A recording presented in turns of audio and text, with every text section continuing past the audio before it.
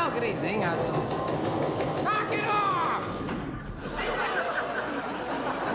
Good evening, hostility fans. Time once again for the 6 o'clock news. Walter Wayne here. Harry Newton here. Bringing you the Wayne Newton Report.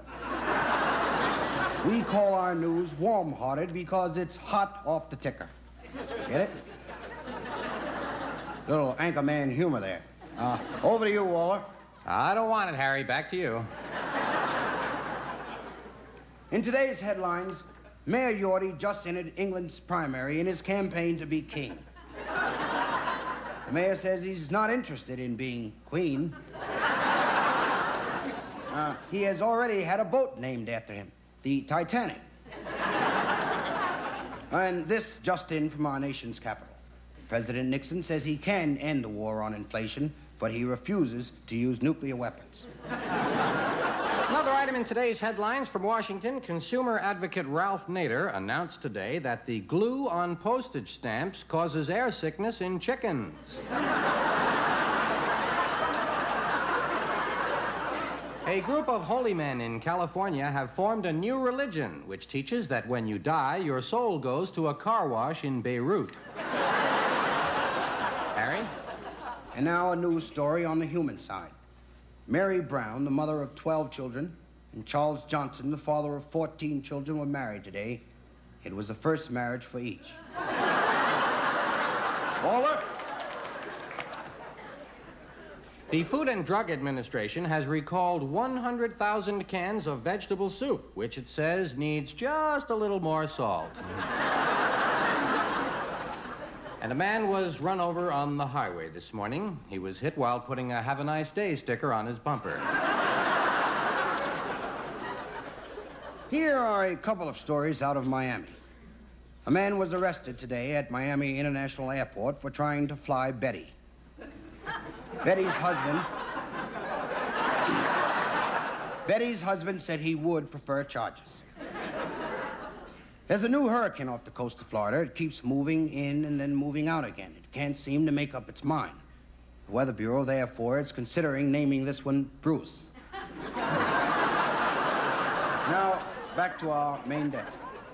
Well, morale in the armed forces is at an all-time low. The chairman of the Joint Chiefs of Staff has deserted to Canada, and the other three have refused to look for him. The Nobel Prize in Mathematics has been won by a California professor who has discovered a new number. The number is Bleen, which he says belongs between 6 and 7.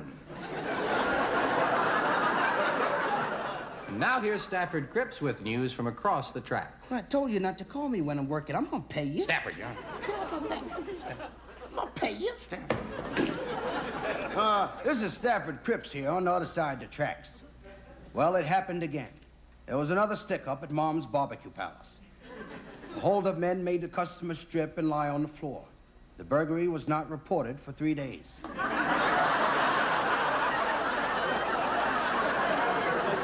Today, a jury awarded George Whittington $50,000 for a severe case of athlete's foot. Mr. Whittington's head was completely bandaged, which is where the athlete kicked him. Mr. Billy Joe Sutherland was arrested for beating up his wife. He came home and found her with a record player in the room, one of the local disc jockeys. And now here's that year-end wrap-up we promised you. Well, that's the kind of year it was, gang.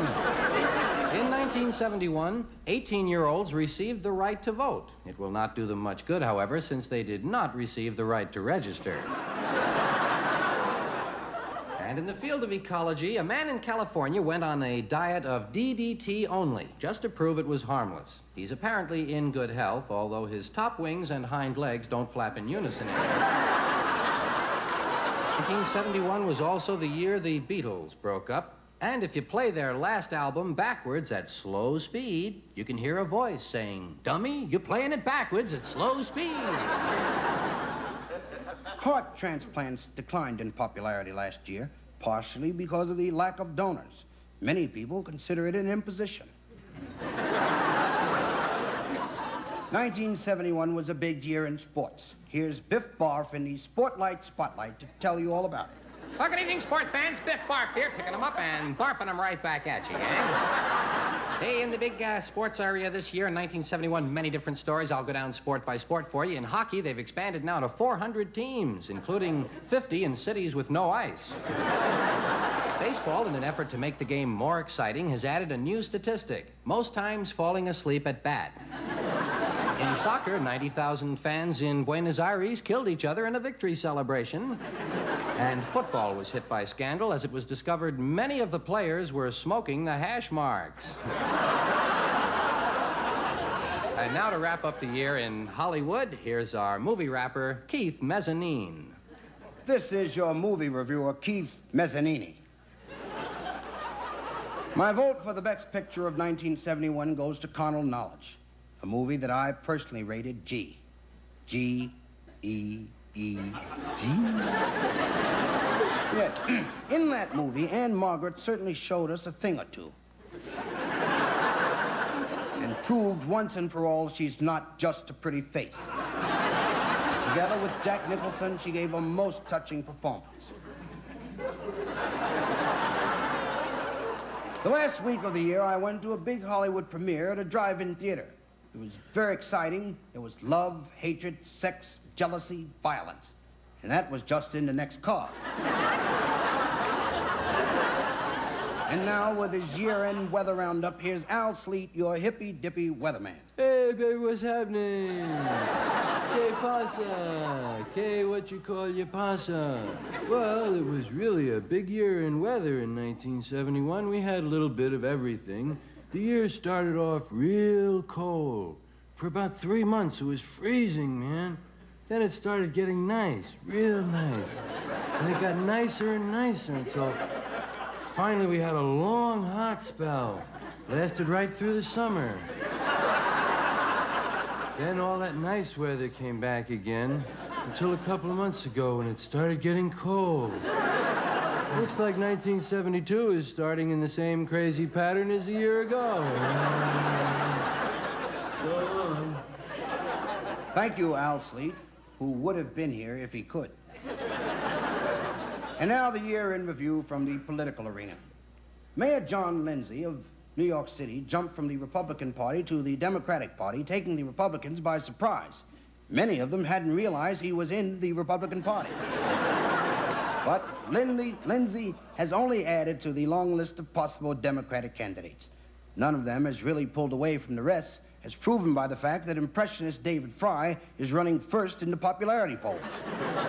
And the economy was in the news last year. The Democrats have charged that although the Nixon administration did little on its promise to reduce crime, thanks to its economic policies, we all have less money to be stolen from us this year.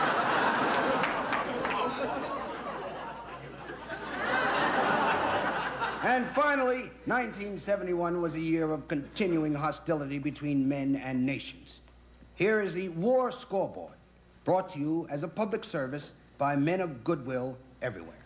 In 1971, on the war scoreboard, 8 civil wars, 6 outside aggressions, 6 internal upheavals, 10 counterinsurgencies, 21 violent demonstrations, 30 warlike acts, 906 hostile incidents, 10 arms races, 18 deliberate provocations, 61 threats to national security, 9 dangerous escalations, 2 military confrontations, 62 heightenings of tension, 24 heated exchanges, 12 belligerent moves, 17 reprisals, 3 powder kegs, and 2 tinderboxes. And an ultimate